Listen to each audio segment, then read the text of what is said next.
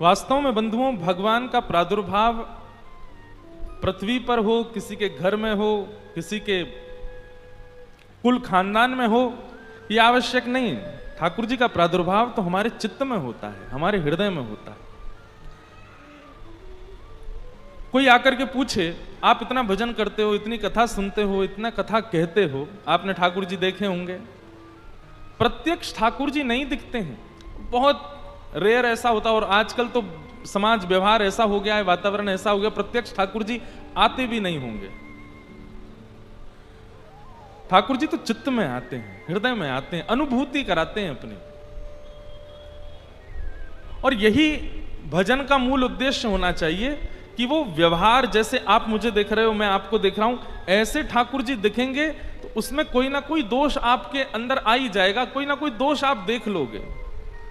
ठाकुर जी का दर्शन तो अंतःकरण में होना चाहिए, अंतस्थ में होना चाहिए।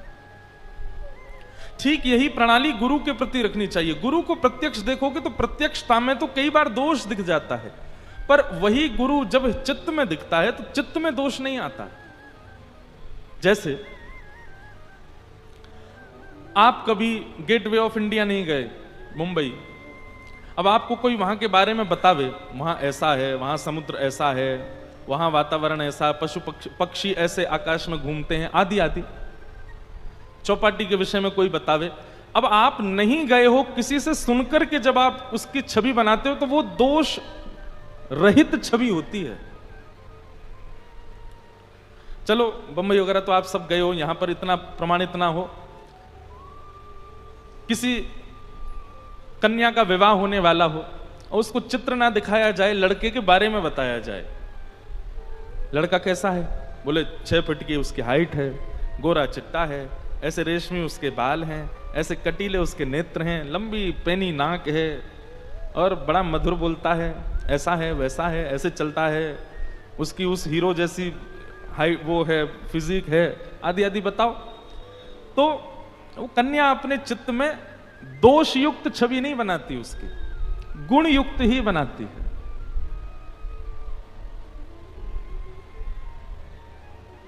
दोष कब दिखता है?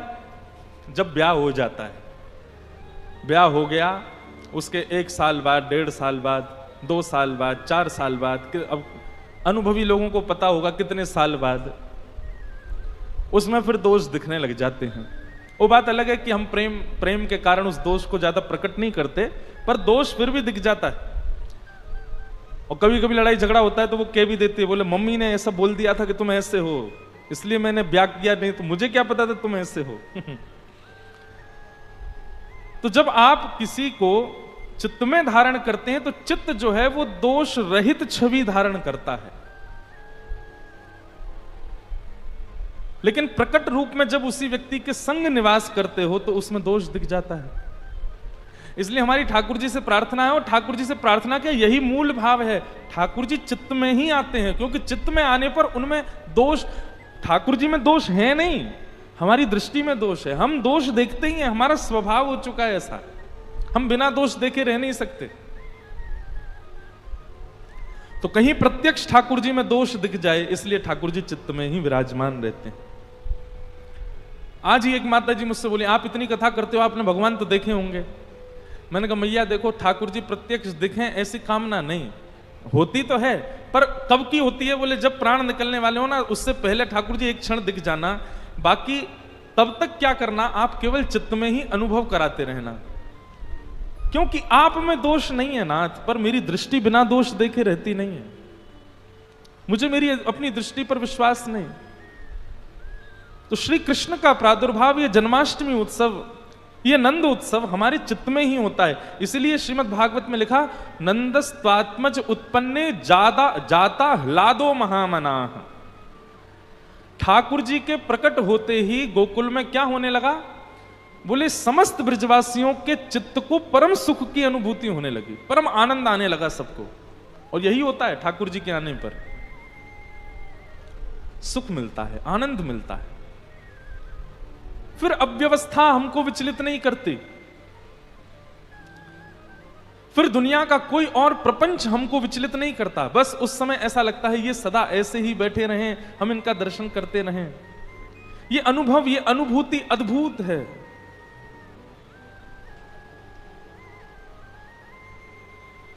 तो ठाकुर जी का प्रादुर्भाव हुआ और सबको ऐसी अनुभूति होने लगी, सबको ऐसा अनुभव होने लगा कि हम सबके लाला हुआ है। सब ब्रजवासी अपने घर के बंधन बार सजा रहे हैं, कोई अपने घर में पूजा बैठा रहे हो, कोई ब्राह्मणन को बुला रहे हो, कोई पूछ रहे हैं भैया तुम काहे को ब्राह्मण भोजन करा रहे हो, तुम काहे को यज्ञ अनुष्ठान करा रहे हो, लाला तो नंद बाबा के भयो, तुम काहे को उत्सव मना रहे हो। सब ब्रजवासी कह रहे हैं अरे बाबड़े तो ना पतो, नंद बाबा के लाला भयो, परंतु ऐसा लग रहा हमारी लाला भयो का, हमारी छोरा भयो का। हर ब्रजवासी को, हर ब्रज के गोप ग्वाल को ऐसा अनुभव होता है कि उन्हीं के ही लाला हुआ है, उन्हीं के ही कृष्ण हुआ है। ऐसा उत्सव पूरे ब्रजमंडल में मनाया गया। तभी वहां नंद बाबा के एक ढाणी के आए हैं। ये ढाणी के जो होते हैं प्राचीन काल में होते थे, अब तो होते नहीं है, परंतु अभी भी कहीं कहीं कई प्रथाएं हैं। जैसे घर में बालक जन्म लेता है तो विशेष रूप से कुछ लोग जाते हैं, वो कीर्तन करते हैं, गान करते हैं, कुछ मांगते हैं और दिया जाता है। ग्रामीण क्षेत्रों में अभी भी ऐसा है, शहरों में तो सब खत्म हो गया। तो ये ढाणी के जो होते हैं, ये ढाणी के, इनका काम केवल एक ही है, इनके यजमान के यहां कोई सुख का कार्य होगा तो ये वहां जाकर के मांगते हैं, और जो मांगते हैं वो यजमान को देना पड़ता है। तो हमारे नंद बाबा के ढाणी के बेचारो, नंद बाबा को ढाणी को है, लेकिन वाकू कभी अवसर नहीं मिलो कछु मांगवे को। क्यों? नंद बाबा के कभी कछु भयो ही ना, नंद बाबा के यहां कोई बालक भयो ही ना। राजा का ढाणी का है, परंतु जीवन में कभी कुछ मांगने का उसको अवसर नहीं मिला।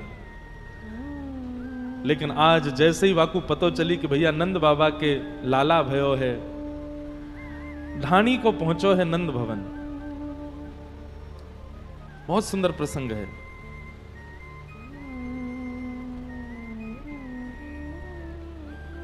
तानपुरा कम करो, इसमें से हटाओ तानपुरा।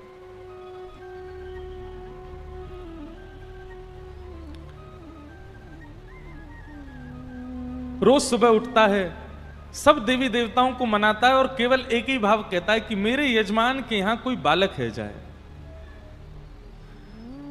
इतने वर्षों से चली आ रही प्रथा, लेकिन ढाणी को कभी अपने नंद बाबा के यहां मांगवे नहीं गए हो। नंद बाबा कृपा करके, दया करके कभी कभी कुछ भेज देते हैं उसके यहां, बेचारे को क्या करें, उसका जीवन देखो बना हमारा ढाणी का है, पर हमारा भाग्य देखो कोई बालक ही नहीं हुआ, आज तक उसको कुछ देने का अवसर ही नहीं मिला।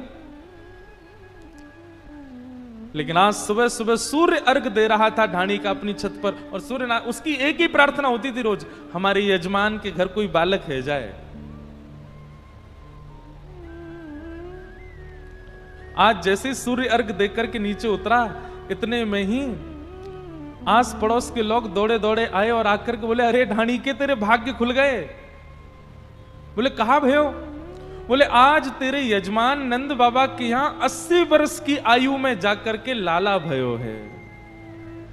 जैसे ढाणी के ने सुनी कि मेरे यजमान के घर लाला भयो है, वो तो इतने आनंद में भर गयो महाराज, नाचन लगो, अपने परिवार के सब जनन को जाकर के बताने लगो, अपने गांव के एक एक घर में जाकर के सूचना देने लगो। बोले अरे भैया उत्सव मनाओ, आज मेरे यजमान के घर लाला भयो है। बंधुओं, प्राचीन भारत में, बहुत प्राचीन भारत में कई परिवार ऐसे होते थे, वो दूसरों के परिवार पर ही आश्रित, उन्हीं पर ही आश्रित होते थे। जब दूसरे के परिवार में कोई सुख होता था, उत्सव होता था, तब उनके परिवार में आनंद आता था। ऐसे कई परिवार होते थे, हमने भी अपने बाल्यकाल तक ऐसी रीति देखी है। अब सब लोग इंडिपेंडेंट हो गए हैं, अब सब लोग अपना अपना कार्य करते हैं, कोई किसी पर डिपेंडेंट नहीं है, अच्छी बात है। पर विश्वास, उस समय का मंजर देखो, जब एक परिवार दूसरे के परिवार पर ही आसक्त है और दूसरे के परिवार के सुख की कामना एक पूरा परिवार करता है, बेवजह उनका परिवार सुखी हो तो हमारा परिवार होगा। आज ढाणी के को जब पता चली कि महाराज नंद बाबा के लाला भयो है, वो ढाणी का जैसे ही गोकुल पहुंचा, अच्छा गोकुल में जो कोई भी आ रहा है नंद बाबा उसी को ही दान दे रहे हैं, उसी को हृदय से लगा रहे हैं, उसी को ही बधाई दे रहे हैं। पर जैसे इतनी भीड़ में वो दिखाई दिया जो नंद बाबा की तरह प्रतीक्षा कर रहा था 80 वर्ष से, नंद बाबा पूरी भीड़ हटा करके दौड़ करके गए और जाकर के बाद ढाणी के को हृदय से लगाए। बोले अरे भैया, मैं तेरे हृदय की वेदना समझ सकूं, जितनी प्रतीक्षा मैंने करी है वहां से कई गुना तेने प्रतीक्षा करी कि मेरे घर लाला है जाए। अरे ढाणी के, आज तो को अवसर मिलो है, 80 वर्ष के बाद मिलो है, पीछे मत हट जाइयो, चूक मत जाइयो, आज मांग ले, तू जो मांगेगो सो दूंगो मैं तुझको। महाराज पूरा गोकुल सब लोग वहीं बैठ गए, बीच में केवल नंद बाबा खड़े हैं, उनके मुनीम जी खड़े हैं और सामने ढाणी का खड़ा है। और नंद बाबा कह रहे हैं, बोले मुनीम जी आज ढाणी को जो बोलेगो वो देंगे, या को 80 वर्ष की प्रतीक्षा है या की। बहुत सावधानी से सुनियो भैया, अब देखो भक्ति ज्ञान वैराग्य ये तीनों कल विश्राम हो गए, अब तो प्रेम की चर्चा चलेगी। और प्रेम की चर्चा में ज्ञान वैराग्य से ज्यादा ध्यान की आवश्यकता है, इसलिए बहुत ध्यान से सुनना। ये ब्रजवासीन की चर्चा है भैया, ये ब्रजवासी ठाकुर जी को प्राणों से भी ज्यादा प्यारे हैं।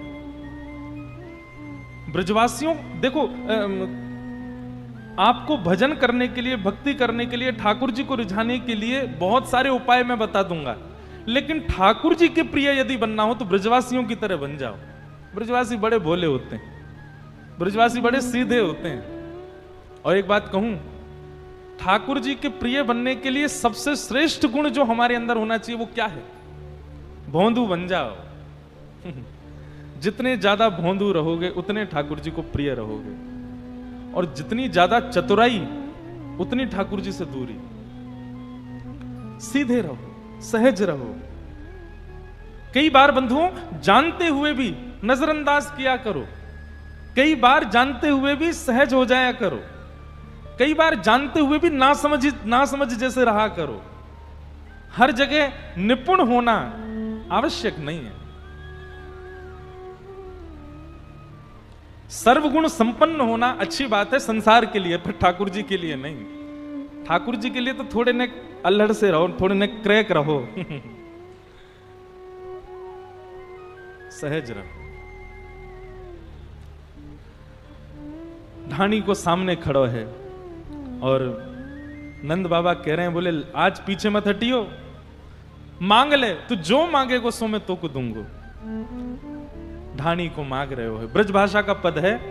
हमारी मैया आज आई नहीं कथा में, उन्हीं की आज्ञा थी कि बोले ढाणी के का प्रसंग सुनना, टीवी पे सुन रही होंगे। उन्हीं का भाव था, बोले महाराज जी ढाणी का प्रसंग सुनाना। वो ढाणी का बोल रहा है। हमारे ब्रज में अगर ये कथा हो और ये गाए ना तो वहां के लोग तो रोज आते हैं, इतना प्यारा प्रसंग। 80 वर्ष बाद आज पहली बार मांगने आयो है और कह रहे है, मेरे मन आनंद भयो, ब्रजराज ही याचन आयो, अपने अपने मन को मतो, कह परिवार सुना। हे नंद बाबा, आज आपके घर लाला भयो है और या लाला हेवे की खुशी के कारण जैसे ही मैं आन लगो, मेरे परिवार के सब लोगों ने आशीर्वाद भेजो है लाला के काजे, और सबने अपने अपने आशीर्वाद के बदले कहा बधाई चाहिए ये भी बतायो है। नंद बाबा बोले जल्दी बता, कौन कौन ने कहा मांगो, सबको देंगे हम। अच्छा एक बात कहूं बंधु, लिख लीजिएगा, ठाकुर जी जीवन में आएंगे, मैं कहा करता हूं कथाओं में, भगवान जब जीवन में आ जाएंगे तो आपकी स्थिति क्या होगी? सबसे पहला आप संग्रह की स्थिति से निकल जाओगे। आप जितना होगा ना बांटोगे, लुटाओगे, दोगे, कुछ नहीं है तो भी दोगे। हमारे वृंदावन के कई संतों का ऐसा नियम है, वो सूर्यास्त से पहले पहले खाली कर देते हैं, अपनी जेब हो, अपना कमरा हो, कुछ नहीं रखते अपने पास। और ये बहुत बड़ी बात है। नहीं तो आज के युग में अपने आप से किसी वस्तु को बड़ी सहजता से किसी को दे देना, ये सबके बस की बात नहीं होती। पर ठाकुर जी जीवन में आएंगे तो सबसे पहला गुण आपका ये आएगा कि आप संग्रह नहीं करोगे, आप लुटाओगे, आप बांटोगे, आप दे दोगे। किसी ने गलती से कह दिया तुम्हारा यार लॉकेट बहुत बड़ी, अच्छा इधर आ, ये ले। अब ऐसा नहीं कि वो बहुत प्रिय है तो ही दिया, नहीं, कोई मांग ले, ऐसी स्थिति हो जाती है। प्रिय को तो हर कोई दे देता है, पर अपरिचित को भी दे दोगे। ऐसे कई लोग देखे मैंने अपने जीवन में, और जब ऐसे लोगों को देखते हैं ना तो लगता है कि ठाकुर जी मिल गए इनको। और केवल वस्तु की बात नहीं, उनके हृदय में भी जो है, उनकी बुद्धि में भी जो है, उनके पास जो ज्ञान है, जो प्रेम है, वो बांट देते हैं सबको। ठाकुर जी जीवन में आते हैं तो लुटाने की स्थिति हो जाती है, बांटने की स्थिति हो जाती है, संग्रह की स्थिति नहीं रहती। नंद बाबा कह रहे हैं मांग, कहा चाहिए? बोले बाबा मैं आपके घर जैसे ही आने लगे हो, इतने में ही मेरो बड़ो भैया आयो, और बड़े भैया ने आकर के कही नंद बाबा के लाला भयो है, मेरी तरफ से आशीर्वाद दे के आइयो भैया, और मेरे काजे बधाई में कहा लेके आएगो? बोले बताओ कहा लाऊं? तो मेरे भैया ने कछु मांगो है बाबा ने, सुन लो। नंद बाबा बोले बताओ। सब ब्रजवासी, लाखों ब्रजवासी बैठे हैं, सब सुन रहे हैं, और नंद बाबा बांट रहे हैं। तब ढाणिके को बोले तेरो तात कहो समझाए राय सो, जाए शीशा दीजे, और 200 भैंस दूध मन मन की मेरे काजे लीजे। मेरी तरफ से नंद बाबा के लाला को आशीर्वाद दे के आई, और भैया बदले में बधाई में 200 भैंस लेके आई हो। और कैसी भैंस? बोले एक भैंस के नीचे कम से कम 1 मन दूध होना चाहिए, ऐसी 200 भैंस। नंद बाबा बोले अरे एक बात बता, ये तेरो बड़ो भैया जो है काया की उम्र कितनी है? बोले बाबा मैं 90 वर्ष को है गयो, और मेरा सबसे बड़ा भैया जो है वो 150 वर्ष को है अभी। बोले 150 वर्ष को तेरो भैया 200 भैंसन के दूध में का नहावेगो? कहा करेगो इतनी भैंसन को? और भैया हम सब ब्रजवासी, हमारे यहाँ भैंस कछुना, हम तो देसी गैया रखे अपने यहाँ। और उस काल में तो विदेशी गैया होती ही नहीं थी, एक ही गैया होती। बोले हम तो गैया रखे, भैंस हमारे यहाँ ना है।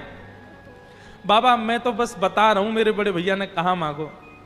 मुनीम जी अबे 200 भैंस जहां भी मिले मंगवा के इनके भैया को दो, ये कह रहे हैं तो इनको प्रदान करो। और ऐसी वैसी भैंस नहीं, 1-1 मन दूध एक भैंस दे, ऐसी भैंस।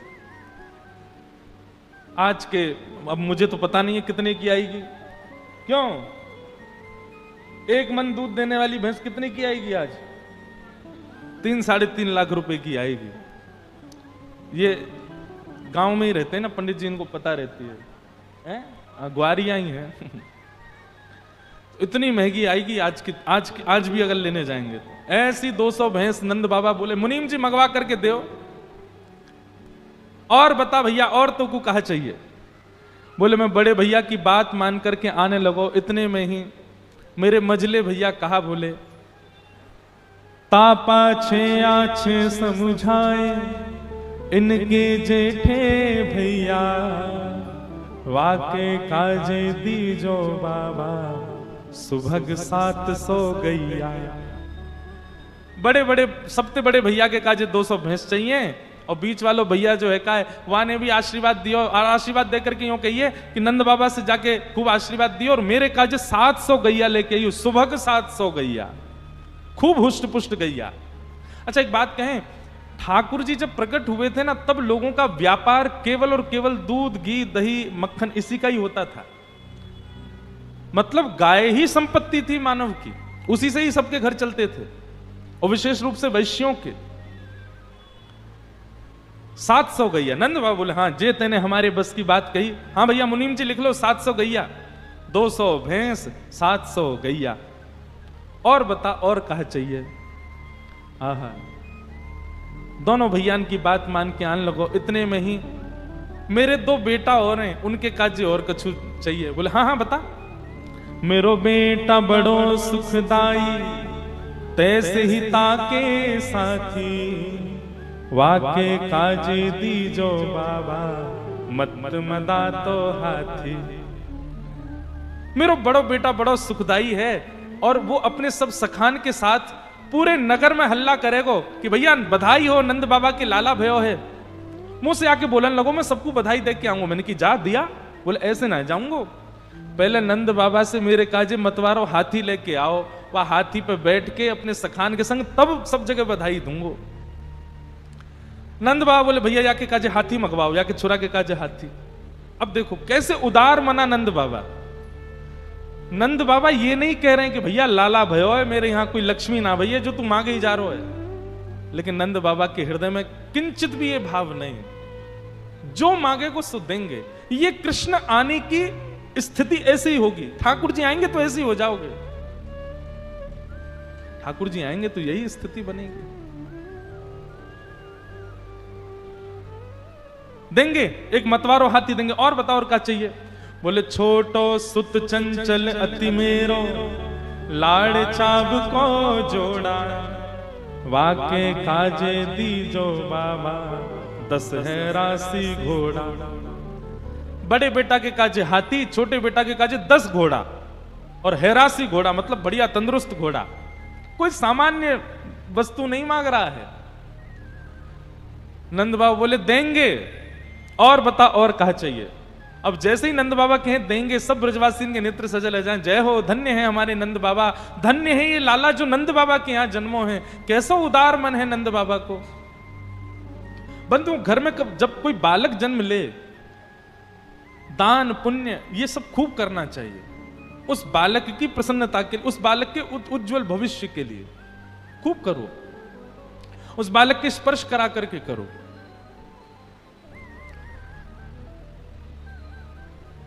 बोले मैं दोनों बेटा की बात मान करके आन लगो। इतने में ही मेरे बड़े बेटा को ब्याह भयो भी 7 महीना पहले। मैं जैसी दोनों बेटान की बात मान के आने लगो, इतने में ही मेरी बहू आई और घूंघट करके आई, और घूंघट में आकर के मुझसे बोली, बोले पिताजी आपको पता है मेरे पिताजी ने मेरा ब्याह आपके पुत्र से काई को कियो? क्योंकि हमको ये पता है कि आप नंद बाबा के ढाणी के हो, आपके घर में खावे पीवे की धन संपत्ति की कोई कमी ना है। पर जब से मेरो ब्याह भयो है, मैंने तो अभाव ही अभाव देखो है, मैंने तो घर में कछु सुख देखो ना है। नंद बाबा के यहां इतने वर्षन बाद लाला भयो है, मैं भी अपने पीहर वारेन को बता सकूं कि मैं ऐसे इनके घर में ब्याई हूं जिनके यजमान नंद बाबा हैं, तो कृपा करके मेरे काजी भी कछु लेके आई हो ना। मैंने अपनी बहू से कही, अरे बहू तू बता ना तू को कहां लेके आऊं? बोले मेरी तरफ से लाला को आशीर्वाद दे के आई हूं, और बेटा बधू लाज तज मोसो, घूंघट मुख दे बोली। कहा चाहिए? बोले नख सिख सो गहनों सब ले हो, तीहर से ती चोली। पैर के अंगूठे से लेकर के सिर तक जितने गहने होते हैं माताओं के, सबरे गहने चाहिए मुझे। नंद बाबा के लाला की हैवे की खुशी में ये बधाई चाहिए मुझे। आहा। नंद बाबा बोले मुनीम जी तुरंत सुनार को भेजो, और ये ढाणी के घर भेज के कहो बहू के सब सामग्री जैसे वो कहेगी, जैसी आकृति बताएगी, जहां जहां के आभूषण कहेगी सब बनवाओ, और बनवा करके या को दान में दो।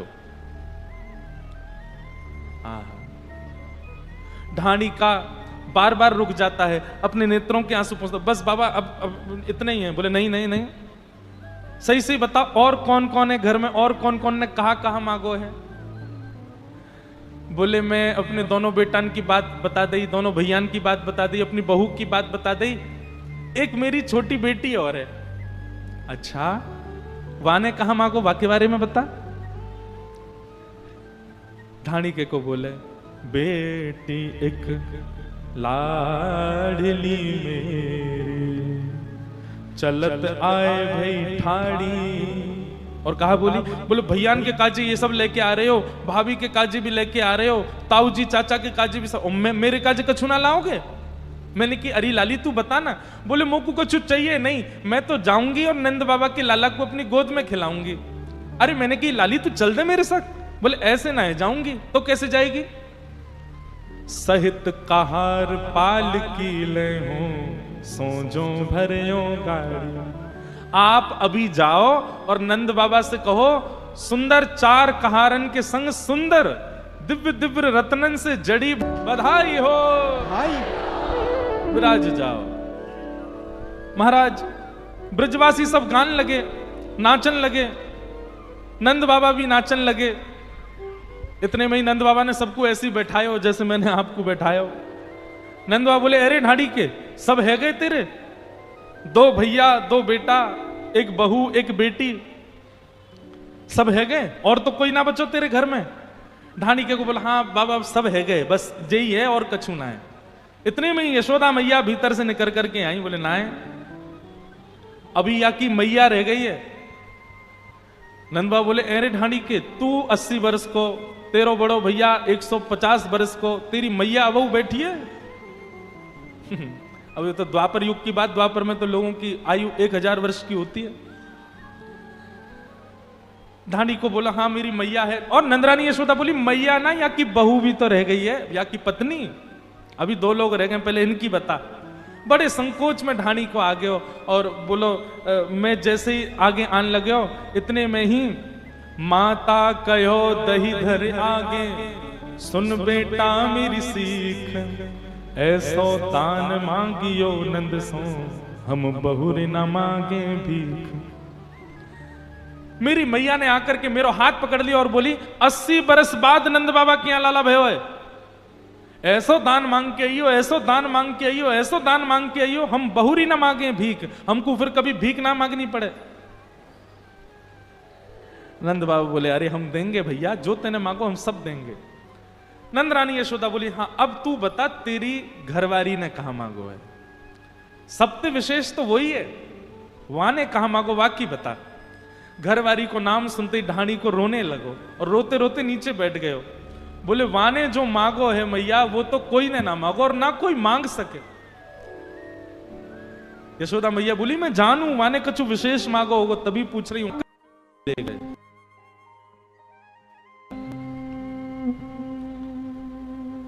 पूतना दुर्भाग्यशाली राक्षसी मुझे कोई नहीं मिली। वैसे तो दुर्भाग्यशाली सारे ही राक्षस हैं, पर कभी कभी इनके सौभाग्य का अनुभव होता है कि कितना सौभाग्य ठाकुर जी से सामने से खड़े होकर मिलते हैं, भले ही बैर भाव से सही। पर पूतना जैसा दुर्भाग्य किसी का नहीं रहा। बहुत ध्यान से सुनना। पूतना ऐसा रूप बना करके गई कि सब उसकी ओर आकृष्ट हो गए। जैसे ही पूतना ने नंद भवन में प्रवेश किया, यशोदा मैया भी पूतना के ऊपर आकृष्ट हो गई। इतनी सुंदर पूतना।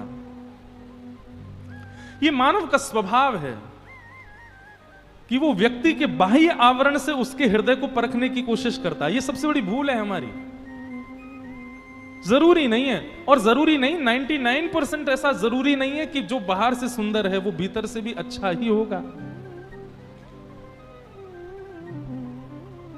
कई बार ऐसा देखा गया है जिनको रूप नहीं दिया ठाकुर जी ने, जिनको यौवन नहीं दिया ठाकुर जी ने, उनका हृदय इतना पवित्र और इतना कोमल और इतना शुद्ध होता है। इसलिए भैया कभी भी किसी के प्रभाव पर मत रीझो, सदैव स्वभाव देखो। ये ठाकुर जी का स्वभाव है, वो आपके प्रभाव से नहीं रीझते। आप कितनी महंगी गाड़ी में गए हो, कितने महंगे वस्त्र पहन के गए हो, कितना श्रृंगार करके गए हो, कितने सुंदर बन के गए हो, आप जैसे आपके पीछे खड़ा व्यक्ति आपसे कुरूप है, ठाकुर जी उससे भी वैसे ही मिलेंगे, आपसे भी वैसे ही मिलेंगे। वो ये प्रभाव पर कभी नहीं रीझते। हमको भी ऐसा ही होना चाहिए। कोई कैसा भी हमारे सामने आ जाए, कितने भी सुंदर वस्त्रों में, कितने भी महंगे वस्त्रों में आ जाए, कितने भी गुण दिखाता हुआ आ जाए, तब तक जब तक स्वभाव ना दिख जाए उसका, उससे प्रेम करना नहीं। प्रेम करने का मतलब प्रीति सबसे करो, पर हृदय में स्थान उसी को दो जिसका स्वभाव मधुर हो। पूतना सबको अपनी ओर आकृष्ट करती हुई पहुंच गई। ऐसी सुंदर बनकर के गई है कि यशोदा मैया के मन में भाव आने लगा, अरे विधाता तेने बहुत बुरा कियो मेरे संग। मेरो लाला कछु वर्ष पहले जन्म ले लेता तो यही तो ब्याह कराती अपने लाला को। इतनी सुंदर। आओ आओ आओ। अरे बहन पहली बार देखियो, कहां की हो तुम? पूतना ने कही पास के गांव की हूं। मैं कहीं आऊं जाऊं ना हूं, मेरी सास मुंह को कहीं जान ना दे, लेकिन आपके लाला को यश सुनकर के मुंह से रहे हो नहीं गए उसको तो मैं तो चली आई। अरे आओ आओ बैठा जाओ। और यशोदा मैया ने बिना कुछ विचार किए ठाकुर जी को उसकी गोद में दे दिया। पूतना ने अपनी गोद में लाल जी को ले लिया। थोड़ी देर चर्चा होने लगी। यशोदा मैया किसी कार्य से इतना विश्वास कर लिया पूतना के ऊपर। क्यों? क्योंकि स्वरूप सुंदर है, क्योंकि वस्त्र अच्छे पहने। भगवान की बहुत बड़ी दया। ठाकुर जी का ऐसा स्वभाव नहीं है। हम लोग इसीलिए पछताते हैं, हम लोग इसीलिए धोखा खाते हैं अपने जीवन में, क्योंकि हम उस व्यक्ति से प्रभावित हो जाते हैं जिसका स्वरूप और वस्त्र सुंदर हो, या उसका बाह्य प्रभाव ऐसा हो जो हमको अपनी ओर आकृष्ट कर ले।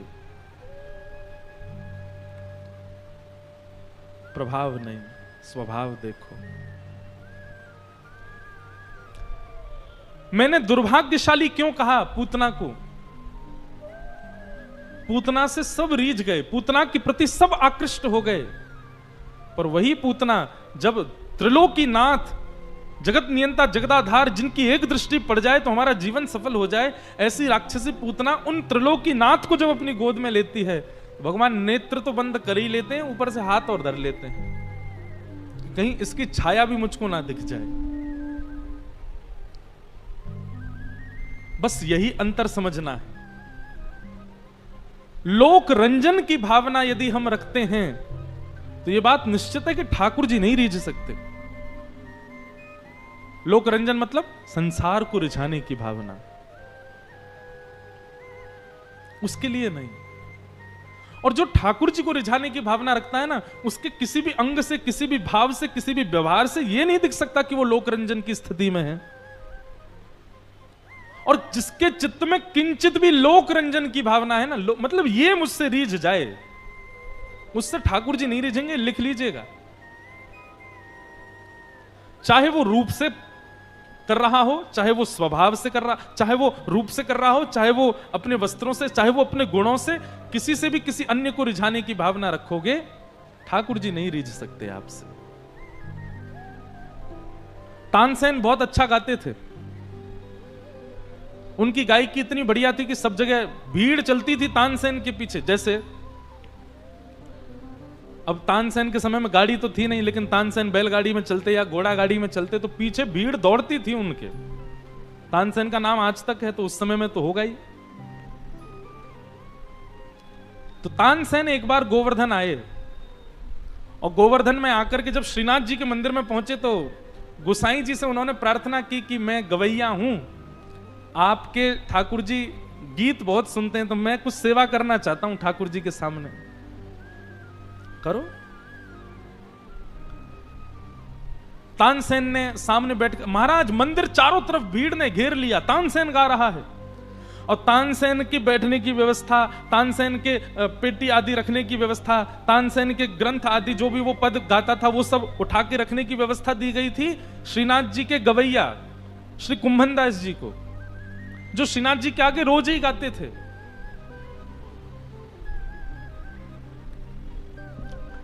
कुंभन दास जी उसके सामान उठा रहे हैं, कुंभन दास जी उसके सामानों को उठा उठा करके इधर से उधर रख रहे हैं।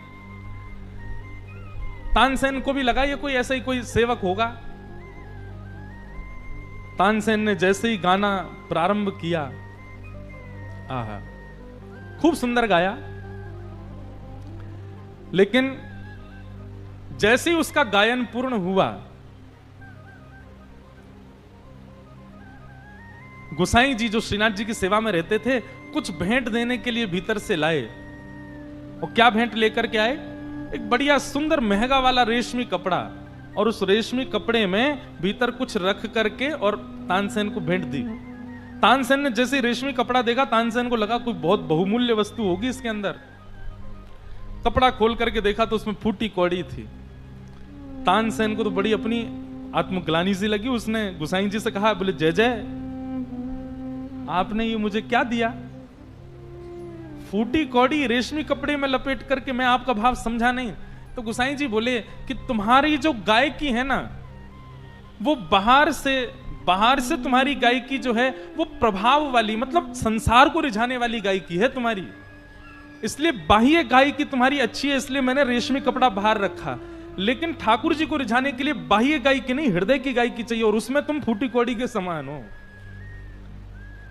समझ में आई बात? तुम्हारी गायकी बाहर के लोगों को रिझा सकती है, ठाकुर जी को नहीं रिझा पाएगी। इसलिए दोनों स्थितियां, बाहर की गायकी है इसलिए रेशमी कपड़ा बाहर है, लेकिन ठाकुर जी को रिझाने के लिए हृदय की गायकी चाहिए, उसके लिए तुम फूटी कौड़ी के समान हो, इसलिए भीतर फूटी कौड़ी है। विश्वास मान लीजिएगा, जो व्यक्ति एक बार भी लोक रंजन में चला गया, ठाकुर जी को नहीं रिझा पाएगा। और तब ही रिझा पाएगा जब वो लोक रंजन से बच जाएगा।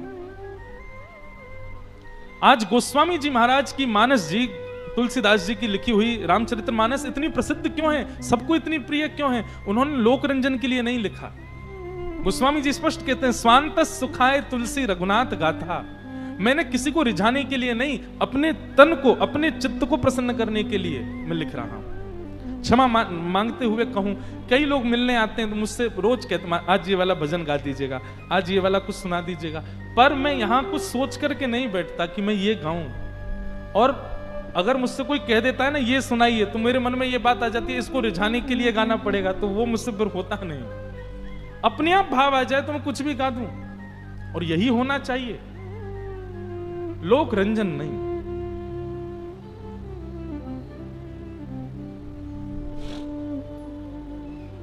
नहीं तो ठाकुर जी दूर ही कर लेंगे आपसे। अब तानसेन तो बैठा दिया कोने में, अब गोसाई जी बोले, ए कुम्भनदास, हमारे मंदिर का गवैया कुम्भनदास, बैठो कुछ सुनाओ। कुम्भनदास जी महाराज बैठ गए, तो तानसेन को लगा ये तो मेरे ग्रंथ उठा रहा था, ये तो आगे पीछे मेरे जल लेके चल रहा था, ये तो मेरा सेवक बना हुआ था इतनी देर से, ये गाएगा? गोसाई जी बोले, सुनो कैसा गाएगा। कुम्भनदास जी महाराज ने ठाकुर जी के नेत्रों में देखा, और नेत्रों में देखने के बाद, ये भैया कुम्भनदास जी सामान्य नहीं है। कुम्भनदास जी के चरित्र में ऐसा वर्णन आता है कि कुम्भनदास जी जब खेती करते थे ना, तो आगे हल लेकर के कुम्भनदास जी चलते थे, और पीछे अपनी पीतांबरी में ऐसे बोने वाले बीज ठाकुर जी लेके चलते थे, और कुम्भनदास जी हल चलाते थे, ठाकुर जी बीज बोते थे कुम्भनदास जी के साथ। ऐसे थे कुम्भनदास जी, उन्हीं की गोद में बैठे रहते थे ठाकुर जी। कुम्भनदास जी से कहा कि हे कुम्भना, तुम कुछ सुनाओ। तब कुम्भनदास जी ने एक पद गाया, और वो पद सुनकर के तानसेन इतना रोया कि गोसाई जी ठाकुर जी को बाद में प्रणाम किया, पहले कुम्भनदास को प्रणाम किया।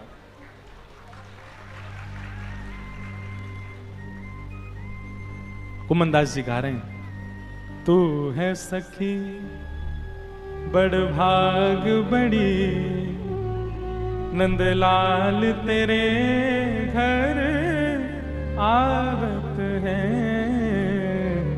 तू है सखी बड़ भाग बड़ी, नंदलाल तेरे घर आवत है। तू अपनों श्रृंगार करत है, तू अपनों श्रृंगार करत है। ये दर्पण हाथ दिखावत है, ये दर्पण हाथ दिखावत है। तू है सखी बड़ भाग बड़ी, नंदलाल तेरे घर आवत है। तू है सखी बड़ भाग बड़े, नंदलाल। सब लोग पीछे दोहरा के गाओ, बहुत सुंदर पद है। एक सखी के लिए कुम्भनदास जी कह रहे हैं, तू कितनी बड़ भागी है। पूरा विश्व जिनके यश गाता है, पूरा विश्व जिनके पीछे घूमता है, अरी गोपी वो कन्हैया तेरे घर आम है। निज कर गूथ सुमन के गजरा, निज कर गूथ सुमन के गजरा। ठाकुर जी कह रहे हैं, अरे बड़ भागी गोपी, वाक्य केशन को लेकर ठाकुर जी वाक्य केश गूथ रहे हैं, और गूथ करके बीच बीच में सुंदर सुंदर गजरा बांध रहे हैं। निज कर गूथ सुमन के गजरा, निज कर गूथ सुमन के गजरा। ये अपने ही हाथ पहरावत है, ये अपने ही हाथ पहरावत है। तू है सखी बड़ भाग बड़ी नंदलाल तेरे घर आवत है। तू है सखी बड़ भाग बड़े नंदलाल तेरे घर आवत है। सब कोई इनको यश गावत, सब कोई इनको यश गावत, पर ये तेरो यश गावत है। ये तेरो यश गावत है। तू है सखी बड़ भाग बड़ी नंदलाल तेरे घर आवत है। तू है सखी बड़ भाग बड़े नंदलाल तेरे घर आवत है। कुंभन दास लाल गिरधर के, कुंभन दास लाल गिरधर के, कुंभन दास लाल गिरधर के, कुंभन दास लाल गिरधर के। ये तो तेरे ही हाथ बिकावत है।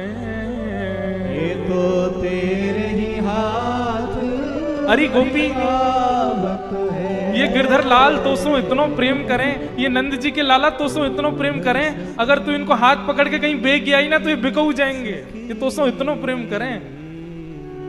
तू है सखी बड़ भाग बड़ी गोपाल तेरे घर आवत है।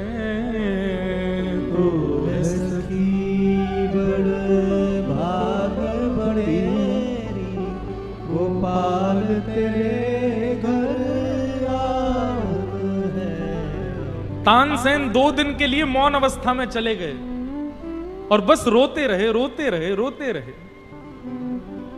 तब उन्होंने समझा कि मैं आज तक लोक रंजन के लिए गाता था, आज तक भीड़ को रिझाने के लिए गाता था, आज तक ये सब मेरे पीछे पड़े रहे इसलिए गाता था। कभी ये जाना ही नहीं कि असली गायकी तो नाथ को रिझाने के लिए होती है। असली गुण तो हमारे अंदर स्वामी को रिझाने के लिए आया है। असली गुण तो हमारे अंदर गोपाल को रिझाने के लिए आया है। तो भैया लोक रंजन की भावना नहीं, आप अपने गुण से, व्यवहार से, रूप से, स्वरूप से एक बार भी यदि किसी अन्य को रिझाने की भावना रखेंगे, ठाकुर जी आपसे दूर हो जाएंगे। इसलिए सदा उनकी रिझाने की भावना रखो, नहीं तो हम ही पूतना हैं। पूतना में और कोई कमी नहीं है, यही कमी है कि वो सबको रिझाने के लिए आई है, ठाकुर जी को नहीं। पूतना को ठाकुर जी ने देखा ही नहीं, हाँ आंख बंद कर ली, ऊपर से हाथ और धर लिए। पूतना ने जैसे ही अपना पयोधर भगवान के मुख में दिया, ठाकुर जी ने पीते पीते पीते पीते पीते पीते पीते पहले उसके विष को पिया, दुग्ध को पिया, प्राणों को पिया, पुण्यों को पिया, पापों को पिया, और सबको पीते पीते जैसे ही उसके प्राण खींचने प्रारंभ किए, प्राणै समम रोष समन्वितो पिबत गाढ़म कराभ्याम, इतना कसकर के ठाकुर जी ने उसके प्राणों को पिया। महाराज पूतना तो राक्षसी बन गई, भयभीत होने लगी। सा मुंच मुंचाल मित प्रभाषणी, चिल्लाने लगी, अरे बालक छोड़, अरे अरे बालक पीछे हट। लेकिन ठाकुर जी ने तो इतना कस के पकड़ा, 6 दिन के ठाकुर जी, जाने कहां से इतना बल आ गया।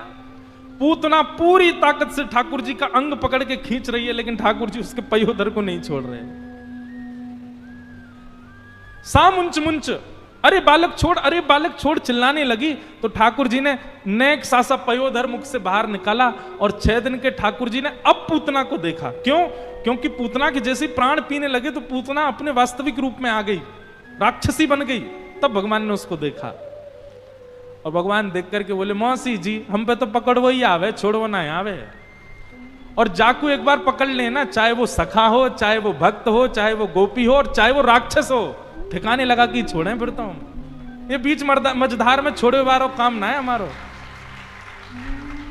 एक बात कहें बंधु, शास्त्राज्ञा है और हमारे आचार्यों ने भी ऐसा कहा है, एक बार भी यदि आपके चित्त में उन्माद भक्ति प्रकट हो गई ना ठाकुर जी के लिए, निष्फिक्र हो जाना फिर उसके बाद। उन्माद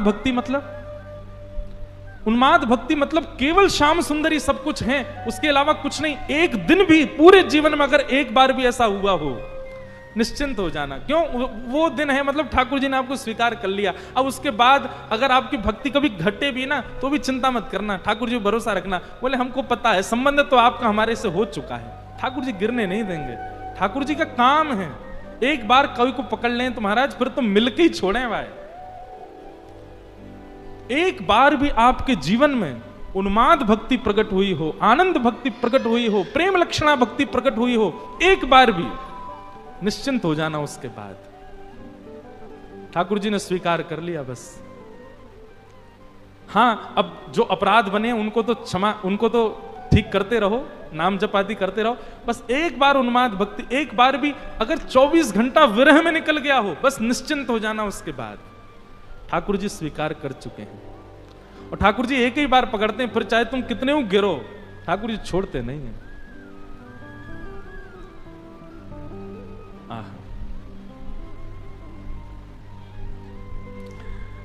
भगवान ने पूतना का वध कर दिया। बोलो पूतना मर्दन भगवान की जय। पूतना का वध किया और वध करके भगवान ने उसको वो गति प्रदान की जो मैया यशोदा को प्राप्त होनी चाहिए थी। कि अहो बकीयम स्तन कालकूटम जिघांक्षयापाय यदप्य साध्वी लेभे गतिं धातृचितां ततोन्यम कंबा दयालुम शरणं व्रजेम। ऐसे ठाकुर जी ने पूतना को सदगति प्रदान की, उसके अवगुणों का भी विचार नहीं किया और उसको सदगति प्रदान कर दी। ठाकुर जी अब धीरे धीरे नैकौर बड़े भय। 3 महीना के जैसे लाल जी भय, करवटोत्सव हुआ। ठाकुर जी ने करवट बदली और जैसे करवट बदली महाराज पूरे ब्रजमंडल में नगाड़े बजने लगे। पूछने लगे कहां भय हो? बोले आज नंद के लाला ने करवट बदली है। वाह, करवट उत्सव हुआ ठाकुर जी का। सब ब्रजवासी आए, भोजन प्रसाद पाए, आनंद उत्सव हुआ। तभी वहां सक्टासुर नाम का दैत्य आया और ठाकुर जी ने उस सक्टासुर नाम के दैत्य का वध किया। अब लाल जी नैकौर बड़े है गए, घुटमुन चलन लगे हैं। घुटने के बल ठाकुर जी चलते हैं। 2 दतुइयां ठाकुर जी की निकल आई हैं, उन्हीं से सबको काट लेते हैं। जबरदस्ती गोपी आमे और ठाकुर जी के मुंह में उंगली दे दें, ले काट ले लाला। कोई कोई को तो ऐसा पकड़ के काट जाए, रोती डोले फिर पूरे दिन। ऐसे घुंघराले केश हैं, गोल मटोल से गदमदरा से ठाकुर। गदमदरा, ये गदमदरा ब्रजभाषा का शब्द है। गदमदरा का मतलब जिन बालकों के गाल लटक जाते हों, जिन बालकों के हाथ ऐसे लगते हो जैसे मानो रुई भर रही है इनमें, और जो बालक ऐसे नहीं बैठ पाते, पैर खोल के बैठते हैं, उनको गदमदरा बालक कहते हैं। ठाकुर जी यदि नीचे बैठ जाते हैं तो बैठ ही नहीं पाते, पीछे कुछ लगाना पड़ता है, उससे टेक लगा के बैठते हैं। इतने गदमदरा से है गए। यशोदा मैया खूब आनंद करती है। ठाकुर जी के पामन में सुंदर सुंदर पायल पहना दी है। उन पायलन को पहन करके ठाकुर जी जैसे ही चलें, अब घुटमुन चलते हैं तो पीछे से पायल बजती हैं और फिर ठाकुर जी पीछे मुड़ करके देखते हैं आवाज कहां से आ रही है। यशोदा मैया खूब ताली बजा के हंसती, बोले लाला के स्वयं के पाजेबन की आवाज है, उन्हीं से ही ठाकुर जी प्रसन्न है करके देख करके हंस रहे हैं। बहुत सुंदर भाव है। छुम छुम बाजे पायलिया, छवि देख लावे कान्हा, मेरे घर आए लाला, मेरे घर आए। छुम छुम बाजे पायलिया, छवि देख लावे कान्हा, मेरे घर आए लाला, मेरे घर आए। हमने एक बात सुनो, हमने एक बार कथा में कहा कि भाई अपने अपने घर के ठाकुर जी को इस जन्माष्टमी पे हम जो बताएं वो दो। सुनार के पास जाना, थोड़े दिन पैसे इकट्ठे करो और सुनार के पास जाके अपने ठाकुर जी के पैर के साइज की बढ़िया सोने की पाजेब बनवाओ, और पाजेब ऐसी सुरीली आवाज करवे वाली, और ठाकुर जी के पामन में पहनाओ। और यदि नेक और पैसा ज्यादा है गए हो, कमर की कौंधनी बनवाओ, कौंधनी में छोटी छोटी घंटी लगवा दी हो, और अब रोज ठाकुर जी से प्रार्थना करो, बोले जब तक ये सुनाई नहीं देंगे तब तक हम मानेंगे कि आपने हमको स्वीकार नहीं किया। एक माता जी ने कोई ने कथा सुनी यही उल्लासनगर की, वो आई मुझसे मिलने, मुझे बोली महाराज जी मैंने आपकी बताई काम कर दिया, ठाकुर जी को पाजेब पहना दिए। मैंने भी ठाकुर जी से कह दिया तब तक प्राण नहीं त्यागूंगी जब तक ये सुनाई नहीं देंगे मुझे। मैंने कहा वाह भैया, बस ऐसे विश्वास रखो।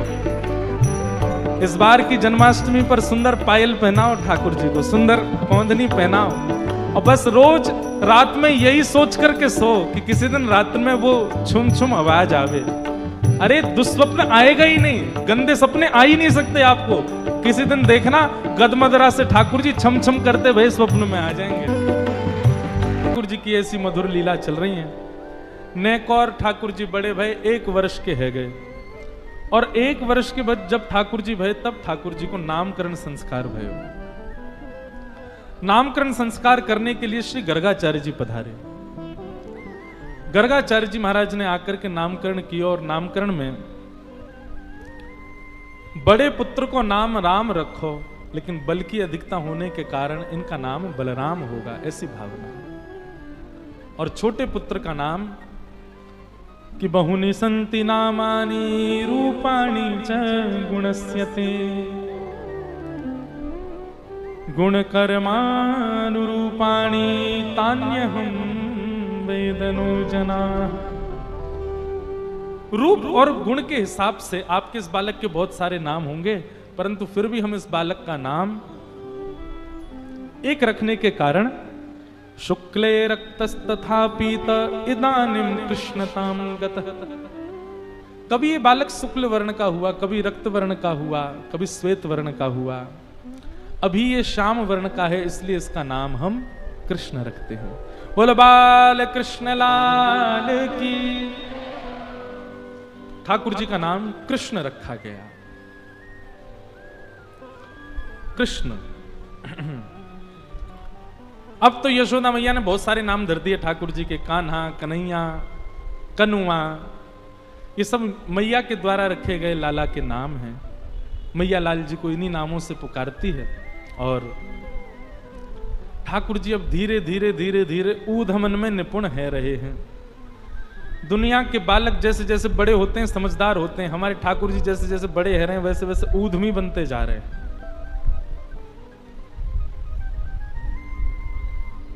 आहा, एक सुंदर कथा आती है कि एक दिन यशोदा मैया लाला को अपनी गोदी में सुलाए रही, तो लाल जी अभी तोतला तोतला बोलते हैं। यशोदा मैया तो बोले मैया मुंह को नींद ना आवे, तू मुंह को कोई कथा सुनाए कर रात्रि में। तो यशोदा मैया अपनी गोदी में लाला को सुवाए करके और राम कथा सुना रही है, श्री राम जी का चरित्र सुना रही है ठाकुर जी को। कृष्ण करणामृत में बहुत सुंदर वर्णन किया गया है इस सुंदर भाव का कि रामो नाम बभूवहुं तदबला वाचा सीतेति हुं तो पितु। कितना सुंदर भाव है, बहुत ध्यान से सुनना। ठाकुर जी गोद में लेटे हैं और यशोदा मैया उनको कथा सुना रही हैं। रामो नाम बभूवहुं तदबला। लाला एक राम नाम के राजकुमार है। सो ठाकुर जी करें हूं करके सुन रहे हैं। सीते तुम तो पितुर। उनकी पत्नी को नाम सीता हतो। ठाकुर जी करें रामो नाम बभूव हुम तदवला। ठाकुर जी हुंकार भर करके स्वीकार करते हैं मैया की कथा को। वाचा पंचवटी विहरतः। ठाकुर जी के बोले पिता की आज्ञा मान करके इनको वन में जानो पड़ो। अपनी पत्नी के साथ एक दिन पंचवती पे घूम रहे थे। तामा हरद रावण, और वहां पंचवती पे एक राक्षस आयो, वाको नाम हतो रावण। ठाकुर जी बोले और वह रावण ने आकर के सीता जी को हरण कर लियो। अब की बार ठाकुर जी ने नहीं किया, यशोदा मैया की गोद में पड़े पड़े यशोदा मैया को पल्लू पकड़ लिया ठाकुर जी ने कस के। और फिर क्या हुआ? निद्रार्थम जननी कथामिति हरे हुंकारत श्रवणतः। जैसे ही यशोदा मैया ने कही कि रावण ने आकर के सीता जी को हरण कर लियो, ठाकुर जी नींद भी तो सब भूल गए और उठ करके खड़े हो गए। ए लक्ष्मण, मेरा धनुष बाण लेकर के आओ, अभी बताता हूं इस रावण को, आज इसका यहीं पर सिर छेदन कर दूंगा। कैसे लेकर जाएगा सीता जी को यहां से? ठाकुर यशोदा मैया को, लाला लाला मेरा धनुष बाण कहां है? आज इस रावण को मैं यहीं देख लूंगा, ये मेरे सामने से कैसे ले? उस दिन तो मैं कहीं और चला गया था तो सीता जी का हरण कर लिया इसने, आज ये नहीं कर पाएगा। यशोदा मैया ने ठाकुर जी को पकड़ा, हृदय से लगा में, ठाकुर जी निकल निकल के भागे। बोले आज इस रावण को नहीं छोड़ूं। लाला लाला शांत है जा। अरे लाला तू तो मेरो लाला है। ठाकुर जी को अचानक याद आई, अरे मैं तो कृष्ण हूं। आहा। निद्रार्थम जननी कथामिति हरे हुंकारतः श्रवणतः सौमित्रे कवधु धनु धनु धनुरिति व्याघ्रागिरः पातु न। इस प्रकार ठाकुर जी कभी कभी आवेश में आ जाते, भूल जाते कि मैं कृष्ण हूं। वह दिन से यशोदा मैया ने गांठ बांध ली, याकू रामलीला नहीं सुनाऊंगी, क्योंकि जब जब राम जी को चरित्र सुनाऊं याकू तो आवेश आ जाए, ये उठ के खड़ो हो जाए। ऐसे ठाकुर जी की मधुर लीला। नन्हे से गोपाल जी, मैया यशोदा खूब आनंद कराती है ठाकुर जी को, हृदय से लगा करके खूब प्रेम करती है ठाकुर जी को। भगवान ऊधम करते हैं, श्रृंग्यग्निड्यं शशिजल द्विज कंटकेभ्य क्रीडा परावति चलौ सुसुतौ निषिद्धुम गृह्याणि कर्तुमपि यत्र न तज्जनन्यो शोकात् आपतुरलं मनसो वतस्थान। ठाकुर जी बड़े बड़े ऊधम मचाते हैं, लेकिन प्रथम करी हरि माखन चोरी। ठाकुर जी ने माखन चोरी क्यों करी? वाक्य पीछे को कारण कहा है।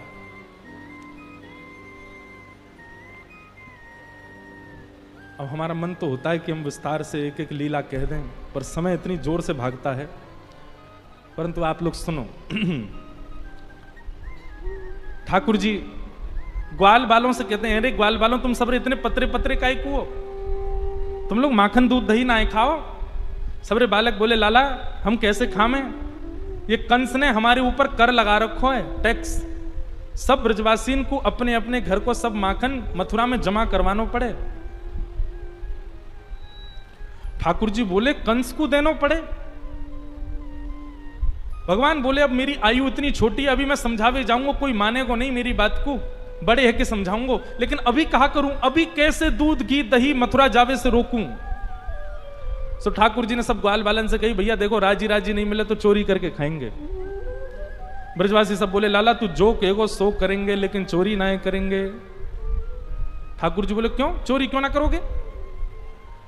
ब्रजवासी बालक बोले लाला मैया यो के चोरी करवे ते ब्याह ना होवे, चोरी करवे ते कोई ब्याह को नहीं हमसे।